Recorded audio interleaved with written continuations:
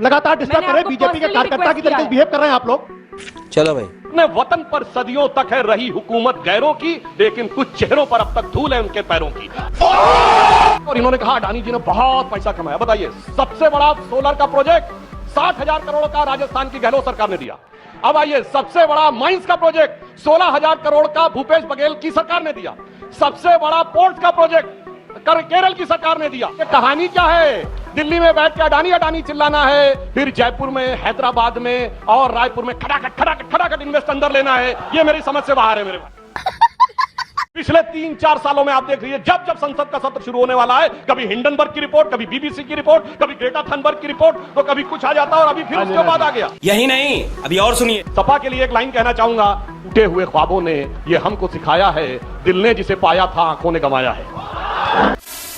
Hello everyone, स्वागत है आप सभी का द सैवेज वॉइस के एक और नई कमाल की डिबेट वीडियो में। दोस्तों, आज की डिबेट भी हमेशा की तरह बहुत ही जबरदस्त होने वाली है, क्योंकि इस डिबेट में आपको देखने को मिलने वाले यहाँ पे अभय दुबे जो कि कांग्रेस का प्रवक्ता है, साथ ही यहाँ पे आपको देखने को मिलने वाले बीजेपी की तरफ से सुधांशु त्रिवेदी, और साथ ही यहाँ पे आपको देखने को मिलने वाले हैं एक और प्रवक्ता जो कि बस अडानी अडानी का नाम लेते रहते हैं। लेकिन यहाँ पे जो मेन डिबेट होने वाली है उसमें काफ़ी ज़्यादा आपको मजा आएगा, इसलिए लास्ट तक डिबेट वीडियो में जरूर से बने रहिएगा। जहाँ पर अडानी की बात को लेकर के यहाँ पे तरह तरह की बातें की जा रही होती है। कालुतोष यानी कि जो बहुत बड़े पत्रकार बनते हैं, और उनकी जो एक तरफ झुकाव है वो आप सभी को पता चलता है कि किस तरफ वो झुके हुए हैं, किस तरीके से थप्पड़ खाए हुए हैं, लेकिन फिर भी वो सुधर नहीं रहे हैं।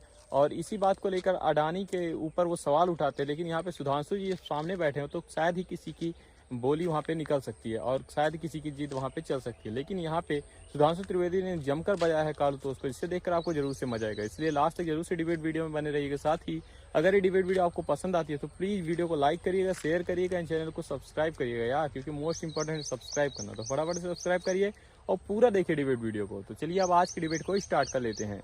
चालू करो बे। मोहब्बत की दुकान खोलने की बात राहुल गांधी करते हैं। अब ये दुकान कल बहुत सक्रिय होगी जब शीतकालीन सत्र शुरू होगा। हाँ, वो आपने सही कहा है उस पर जवाब दीजिए कि नफरत की दुकान और मोहब्बत की दुकान क्या होती है। कि अभी महाराष्ट्र का चुनाव संपन्न हुआ, अडानी जी की दुकान है भाई।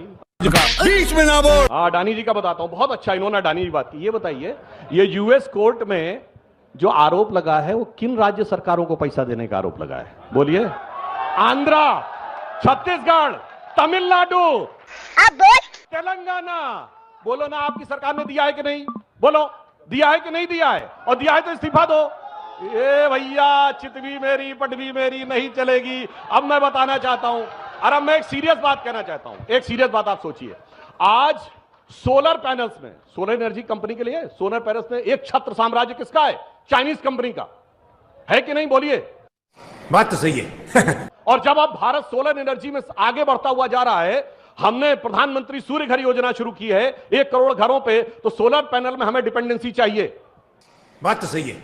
अब मैं पूछना चाहता हूं, यदि भारत की सोलर कंपनीज डाउन होंगी तो फायदा किसको मिलेगा? बोलिए। लगातार इंपोर्ट होता रहेगा कि नहीं? और इसीलिए मैं कहना चाहता हूं, भैया 80 चुटकी 90 ताल, जिधर शुरू होता संसद सत्र उधर से ताल बजती है 7 समुंदर पार से। पिछले 3-4 सालों में आप देख लीजिए, जब जब संसद का सत्र शुरू होने वाला है, कभी हिंडनबर्ग की रिपोर्ट, कभी बीबीसी की रिपोर्ट, कभी ग्रेटा थनबर्ग की रिपोर्ट, तो कभी कुछ आ जाता और अभी फिर उसके बाद आ गया। और वैसे एक बात बताऊं, जिन अटॉर्नी ने ये रिपोर्ट फाइल की, अभी से कोर्ट ने एक्सेप्ट किया, उनका नाम ब्रॉयस ऑर्डन्स करके है। वो जॉर्ज सोरेस के बेटे के बहुत घनिष्ठ मित्र के मित्र हैं। और ये मैं नहीं कह रहा हूं, ये तो अमेरिका, और सुनिए, ये तो आपके चैनल में भी दिखाया गया है फैक्ट। तो बहुत सारे फैक्ट है, तो लोगों को समझ में आएगा। क्या बात, ये बात है। चलिए मैं मान लेता हूं 2 षड्यंत्र है। जॉर्ज सोरेस षड्यंत्र कर रहा है। जॉर्ज सोरेस के खिलाफ अभी तक भारत सरकार की तरफ से क्या कार्रवाई की गई है? अच्छा, क्या इंटरपोल से कहा गया कि रेड कॉर्नर नोटिस जारी करिए, यह आदमी भारत के खिलाफ षड्यंत्र करा, भारत के तोड़ने के षड्यंत्र शामिल है? क्या अभी तक रेड कॉर्नर नोटिस के लिए किया गया? क्या किसी अंतर्राष्ट्रीय इंटरनेशनल कोर्ट ऑफ जस्टिस में जाने की कोशिश की गई? क्यों? और नहीं तो कम से कम देश के अंदर आप सीबीआई की जांच कराइए। तमाम लोग जो जॉर्ज सोरेस के इशारे पर देश में षड्यंत्र करते हैं, उनकी पहचान होनी चाहिए। एक जांच कराइए सुधांशु जी। सुन लीजिए, ये बात बार रोते रहेंगे और फिर बोलेंगे कि इतना रिटेल इन्वेस्टर का पैसा डूबता है ना सुधांशु जी। एक मिनट और मैं कहना चाह रहा हूं। बोलने दे। चलिए मान लीजिए कि राज्य सरकारों ने घूस देना और घूस लेना दोनों अपराध है। अगर दोनों ही अपराध है, राज्य सरकारें अगर घूस ले रही हैं तो केंद्र सरकार के हाथ को किसने बांध रखा है? अरे जाइए जगन मोहन रेड्डी को पकड़ के उठा के लाइए और बांधिए और पूछिए। और इसके अलावा जम्मू, मैं और इसके अलावा आप पूछिए तो केंद्र सरकार से ना हो पाएगा। केंद्र सरकार क्यों नहीं एफआईआर दर्ज करती है? तेरा तो गेम बजाना पड़ेगा। उठा के लाइए, तमाम लोग उठा के लाइए और दूध का दूध पानी पानी, लेकिन नहीं करेंगे क्योंकि यही इनकी पॉलिटिक्स। लोग तेरे को बताते तेरी माँ की से अद्भुत तर्क दिया है आशुतोष जी ने, मैं अभिभूत हो गया। क्या बुद्धिजीवी हैं साहब। मतलब बहुत राहुल शुक्रिया आपका। गांधी कह रहे हैं जिनकी सरकारें हैं कि भ्रष्टाचार हुआ है, भाई तू अपनी सरकार से अपने राज्य में एफआईआर न दर्ज करा। हम तो कह रहे हैं नहीं हुआ है, तो कह रहे हैं आप करवाइए। मतलब गजब है साहब।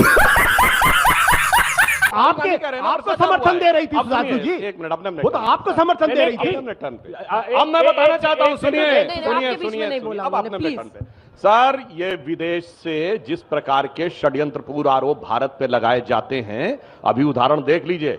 ऐसा ही आरोप कनाडा ने लगाया था ना, निज्जर की उसके ऊपर, और आज भारत सरकार ने कहा सबूत तो कुछ नहीं है। आपको तो कहना चाहिए कौन होता है अमेरिकन कोर्ट भारत के बारे में बोलने वाला? ये हुई ना बात। मगर क्या करें, ये वो हैं कि अपने सदन पर, अपने वतन पर सदियों तक, अरे बाप रे, ये तो धोती खोल रहा है। तक है रही हुकूमत गैरों की, लेकिन कुछ चेहरों पर अब तक धूल है उनके पैरों की, कि जो अमेरिका इंग्लैंड में कह दिया गया वही महत्वपूर्ण है। अरे मैं कहना चाहता हूं, अगर आज हमसे कह रहे हैं कि जॉर्ज सोरोस पे कार्रवाई करो, भाई साहब ये बताइए, जिस जमाने में स्नूपिंग हुई थी, जब प्रणब मुखर्जी जी थे रक्षा मंत्री, तब तो कहा गया था वो विदेश की कंपनियां, हम तो यहां कार्रवाई नहीं कर सकते। और आज कोई आके कमेंट कर देगा और उसके बाद कहते हैं कि कार्रवाई करिए। हमें तो यह कहना चाहिए हम अपने लीगल सिस्टम के ऊपर काम करेंगे, उन पे नहीं। खैर, मगर मैं ये भी आपको बताना चाहता हूं, जिन सरकारों के ऊपर आरोप लगा है, और इन्होंने कहा अडानी जी ने बहुत पैसा कमाया, बताइए सबसे बड़ा सोलर का प्रोजेक्ट 60,000 करोड़ का राजस्थान की गहलोत सरकार ने दिया। अब आइए, सबसे बड़ा माइंस का प्रोजेक्ट 16,000 करोड़ का भूपेश बघेल की सरकार ने दिया। सबसे बड़ा पोर्ट्स का प्रोजेक्ट, जैसा कि आपने यहाँ तक देखा किस तरीके से यहाँ पे जो आशुतोष होता है और अभय दुबे होते हैं, यहाँ पे सवाल उठा रहे होते हैं अडानी के ऊपर, लेकिन यहाँ पे जब सुधांशु त्रिवेदी जी बिल्कुल अच्छे तरीके से उसका रिप्लाई करते हैं तो यहाँ पे दोनों की जड़ें हिल के रख जाती हैं। तो अगर आप यहाँ तक डिबेट वीडियो को देख रहे हैं तो प्लीज वीडियो को लाइक करिएगा, शेयर करिएगा एंड चैनल को सब्सक्राइब करिएगा ज़्यादा से ज़्यादा मात्रा में, और प्लीज वीडियो को पूरा देखिएगा। तो अब आप आगे की वीडियो को देखिए। केरल की सरकार ने दिया, गजब बेइज्जती है। और अभी अभी तेलंगाना की सरकार ने एग्रीमेंट किया है, और ममता बनर्जी जी ने भी किया है। मैं पूछना चाहता हूं मेरे भाई, ये कहानी क्या है?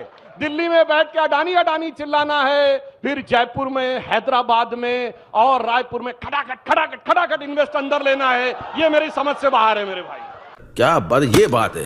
अडानी को किनारे करिए, बताइए सोलर में दूसरी कंपनियां कौन है, नाम बताइए।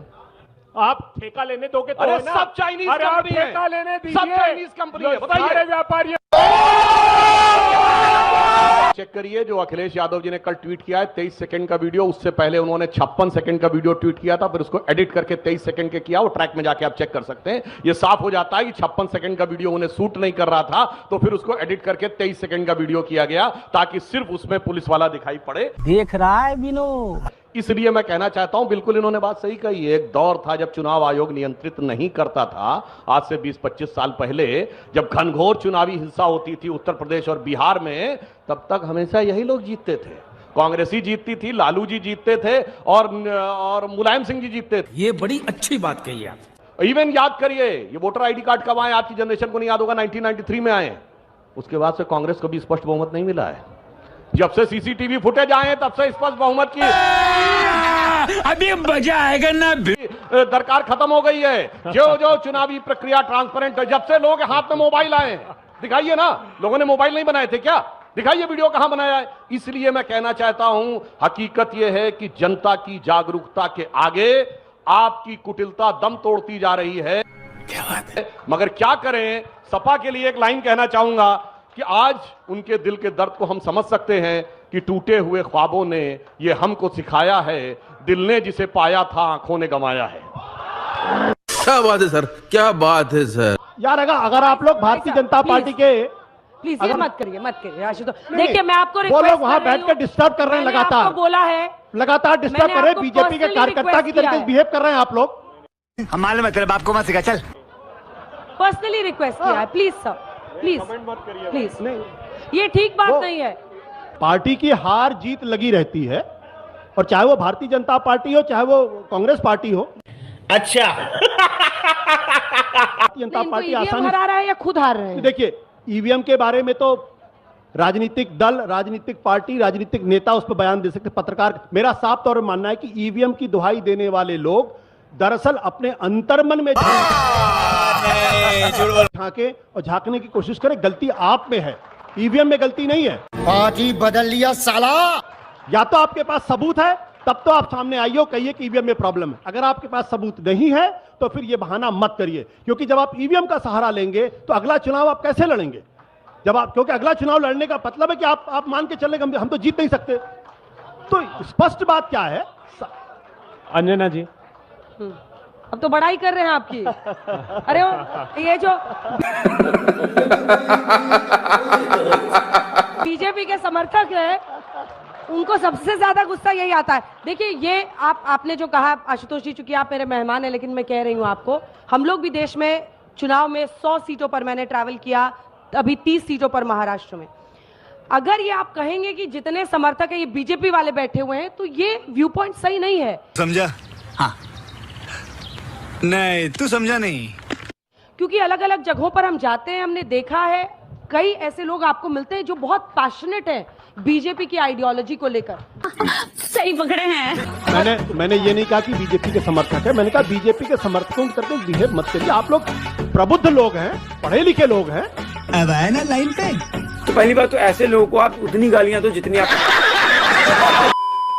तो जैसा कि आपने देखा किस तरीके से यहाँ पे जो आशुतोष होता है और अभय दुबे होते हैं, ये दोनों सवाल उठा रहे होते हैं यहाँ पे अडानी द्वारा की जाने वाली इन्वेस्टमेंट या फिर बहुत सारी चीज़ों के बारे में कि सरकार अडानी का फेवर कर रही है। लेकिन आपको पता होगा कि सौर ऊर्जा जो भी होता है या फिर वो सारी चीज़ें इंपोर्ट की जाती हैं। और आपने देखा होगा कि जब से अडानी आया है, ये जब से मेन स्ट्रीम में आए हुए हैं, तब से इन्होंने पूरी तरीके से चाइना की जड़ें हिला के रख दी हैं। क्योंकि जो मोस्टली चीज़ें हम इंपोर्ट करते थे, वो सारी चीज़ें हमें अभी के क्षेत्र में इनकी कंपनी प्रोवाइड कर दे रही है, वो भी कम दामों में, जिसकी वजह से यहाँ पे चाइना की इकोनॉमी हो बिल्कुल हिल चुकी है इसकी वजह से। और इसी बात को लेकर आपको पता होगा कि किस तरीके से भड़के हुए हैं हमारे विपक्षी, और इसलिए बार बार उनमें निशाना साधने की कोशिश की जाती है। जबकि उनको अपने भी राज्यों में, जिस राज्य में कांग्रेस शासित है, उस राज्य में भी उनको इन्वेस्टमेंट अडानी की तरफ से ही मिल रही है, फिर भी वो सुधरने का नाम नहीं ले रही हैं, बस एक तरफ वो आरोप लगाती रहती हैं। इसी बात को लेकर यहाँ पे सुधांशु त्रिवेदी जी ने बिल्कुल अच्छे तरीके से बजा के रख दिया कांग्रेसियों की और एक पत्रकार की, जिसका आपको पता ही है कि क्या झुकाव किस तरफ रहता है। तो कैसी लगी आपको डिबेट वीडियो, नीचे कमेंट बॉक्स में जरूर से लिखिएगा। साथ ही अगर डिबेट वीडियो आपको पसंद आई है तो प्लीज़ वीडियो को लाइक करिएगा, शेयर करिएगा, इन चैनल को सब्सक्राइब करिएगा। हम आपसे मिलते हैं किसी और वीडियो में किसी नए टॉपिक के डिबेट के साथ। तब तक के लिए राधे राधे।